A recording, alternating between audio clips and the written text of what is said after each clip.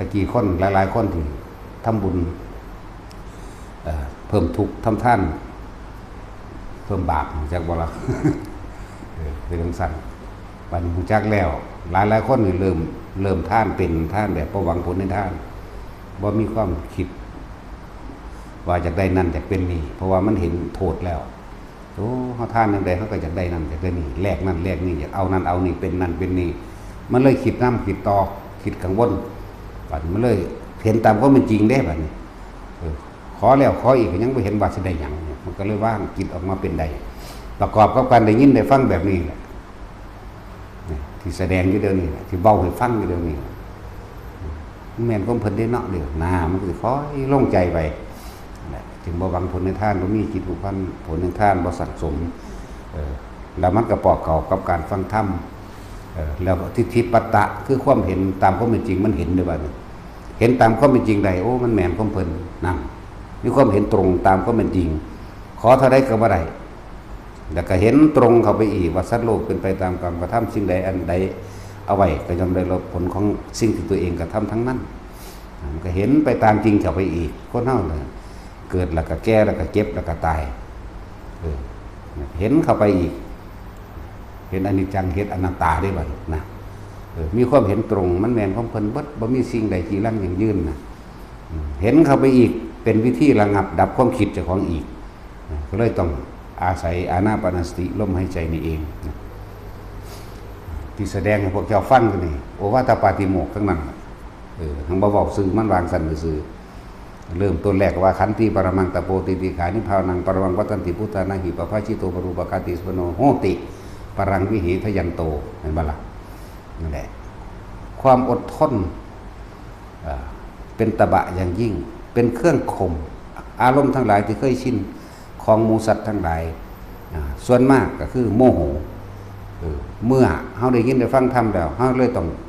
ยอมอดยอมทนเพื่อบ่ให้เกิดเหตุในการทำลายกันในการทำลายกันก็เฮ็ดให้เสียชีวิตทรัพย์สินมันเลยอดไหนว่าล่ะมันเลยเกิดความสงบเย็นภายในใจของเองบัดนี้จังมาสัพพะปะปะสะอักกรณังกุศลสูปสัมปสานิสกิตตะประโยชน์ทัปปนังเอตังบุตตสาสนังเครื่องบริขารจิตเครื่องประดับจิต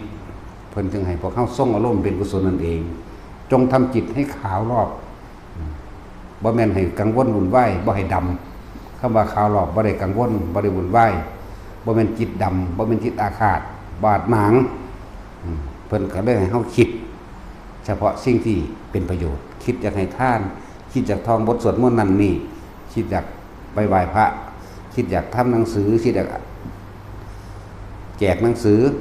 ซอยเหลือคนไหลไปเรื่อยจนได้มาเลื่อนว่าจิตขาวรอบปลอดจากอกุศลทั้งปวงเมื่อเฮาเข้าใจดีแล้วมันบ่มีคือเรื่องเราร้อนและกังวลเพิ่นจึงให้เฮาหาเครื่องอยู่ได้บัดนี้ สัจจิตะปริโยทัปปนังบัดนี้เพิ่นให้เฮาเมื่อทำจิตให้ขาวรอบบ่กระวนกระวายในเรื่องต่างอกุศเลหิเนี่ยหมายถึงละอกุศลออกไปแล้วเนี่ยอกุศเลหิธัมเมหิอวิตกังอวิจรังวิเวกชันปิติสุขังเมื่อจิตคลายจากอกุศลคลายจากกามวิตกทั้งปวงมีความอยากได้ดีมีเป็นแล้วให้เฮาจดจ่ออยู่กับเพียงแค่ลมหายใจเข้าออกวิตกะคือวิตกวิจารมีปิติมีสุขมีเอกตาอันเป็นวิหารธรรมนะไปหันแล้วทั้งสั้นแล้วเมื่อชินชำนาญไปในปฐมฌานแล้ววิตกวิจารหายไปเหลือแต่ปิติเป็นสุขเป็นอารมณ์หนึ่งที่พวกเข้าที่หลวงพ่อสอนให้ทุกคนให้จับจุดอุณาโลมเด้ออุณาโลมเด้อนี่ขับรถขึ้นปั๊บรถพวกเขาคิดแล้วเห็นว่าล่ะขึ้นหน้าผากพับขึ้นหัวพับนั่นแหละชั้นสอง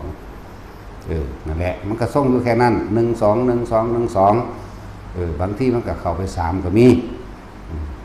จังว่าให้เป็นเครื่องอยู่กับปฐมฌานมั่งทุติยฌานมั่งชั้นที่3มั่งที่4มั่ง